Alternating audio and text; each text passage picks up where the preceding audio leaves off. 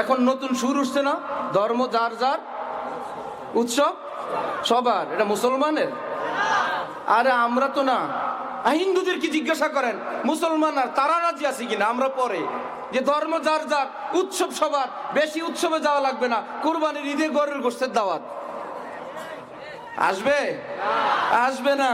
এরাও জানে এই মেসাল আমাদের জন্য না, ধর্ম যার যার উৎসব সবার, এই বলে আমাদেরকে গরুর গোশত খাইতে বলে না, মুসলমানদেরকে হিন্দুদের পূজায় আসতে বলে।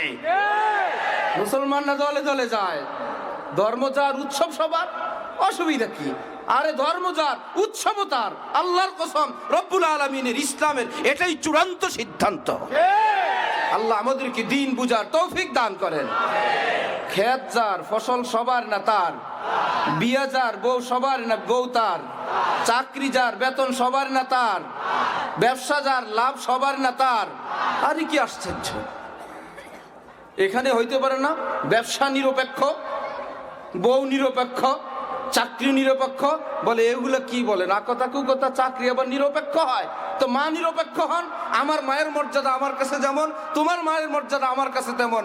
এইরকম মূর্খ কথা পৃথিবীতে চলে না যে বলবো আমার মা শিক্ষিতা মা, সুন্দরী মা, শহরের মা, তোর মা কুজা মা। কিন্তু কুজার মা, কালোর মা, অশিক্ষিত মায়ের সন্তান বলবে তোমার মা তোমার কাছে সারা পৃথিবীর শ্রেষ্ঠ সম্পদ আমার ওই বেটে কালো রঙের আমার মা।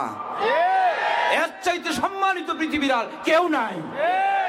সারা পৃথিবীর সব ধর্মের মানুষের কাছে তার ধর্মের সম্মান সবচাইতে বেশি।